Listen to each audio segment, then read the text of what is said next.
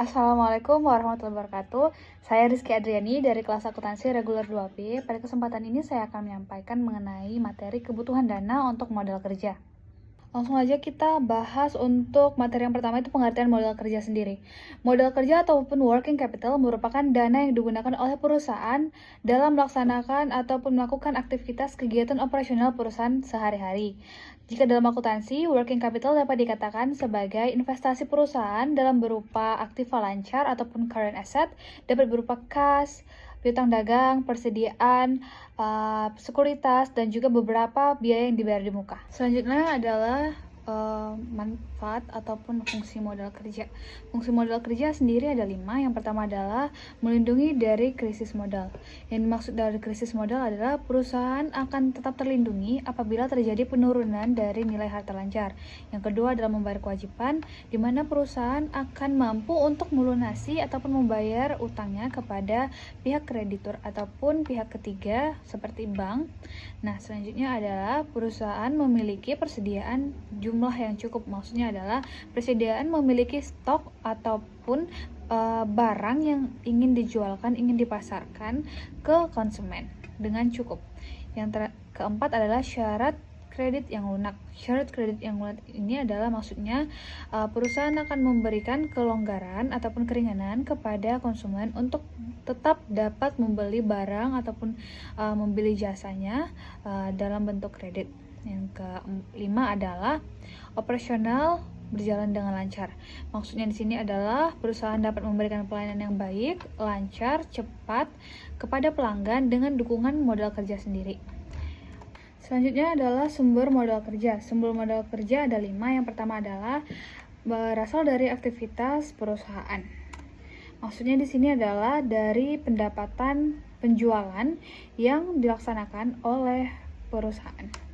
Yang kedua adalah keuntungan dari penjualan surat-surat berharga seperti reksadana dan juga obligasi. Yang ketiga adalah pelepasan saham. Pelepasan saham ke Bursa Efek atau Go Public ya, akan menyebabkan bertambahnya sumber modal kerja dari perusahaan. Yang keempat adalah penjualan aktiva tetap. Penjualan aktiva tetap, sebagaimana kita tahu, aktiva tetap memiliki umur ekonomis biasanya untuk kendaraan 5 tahun. Nah, jika aktiva tetap telah mencapai umur ekonomisnya 5 tahun, perusahaan cenderung ingin menjual daripada menyimpan barang tersebut karena rentan terhadap kerusakan terhadap mesin-mesinnya.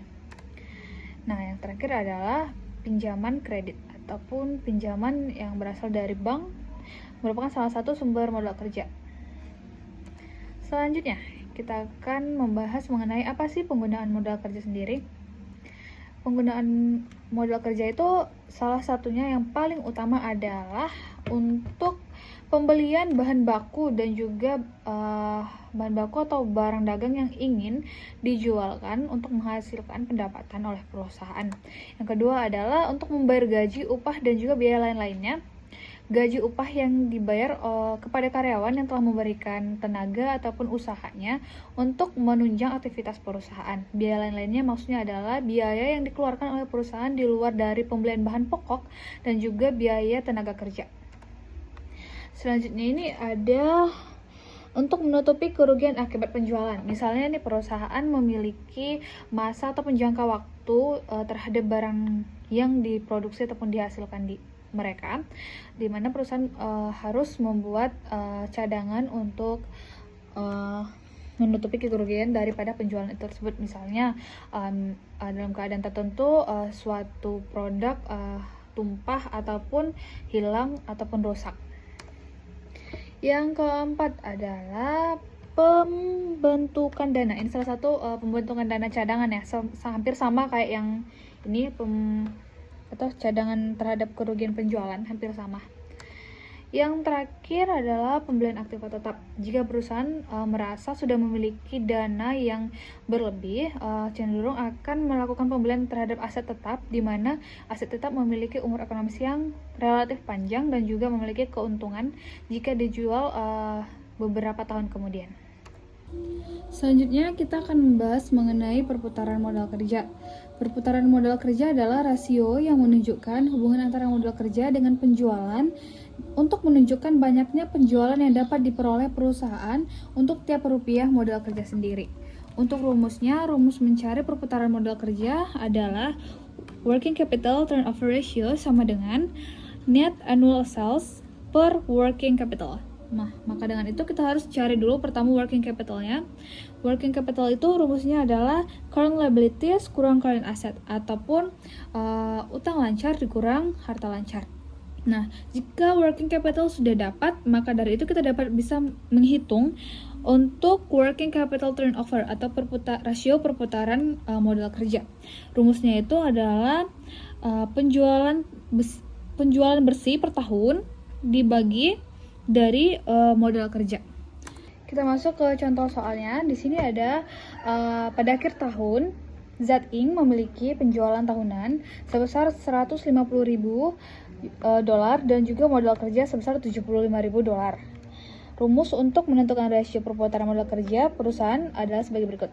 Tinggal kita bagiin aja 150 dolar dibagi 75 dolar. Kita nggak perlu nyari modal kerjanya karena di soal ini udah ditentukan modal kerjanya itu sebesar 75.000 dolar. Nah, kalau dia belum ditentuin, kita tinggal hitung aja kayak rumus yang di atas nih. Untuk mencari modal kerja, harta lancar dikurang dari kewajiban lancar. Nah, hasilnya di sini adalah 2. Jadi turnover dari working capital dari PT Z Inc. ini 2. Nah, di sini Z Inc. mendapatkan rasio perputaran 2 sebesar 2 yang artinya di mana kondisi keuangan perusahaan itu sehat. Hal ini karena nilai aset perusahaan masih mampu untuk mendukung operasional perusahaan dan sanggup untuk melunasi hutang jangka pendek ataupun current liabilities daripada perusahaan tersebut.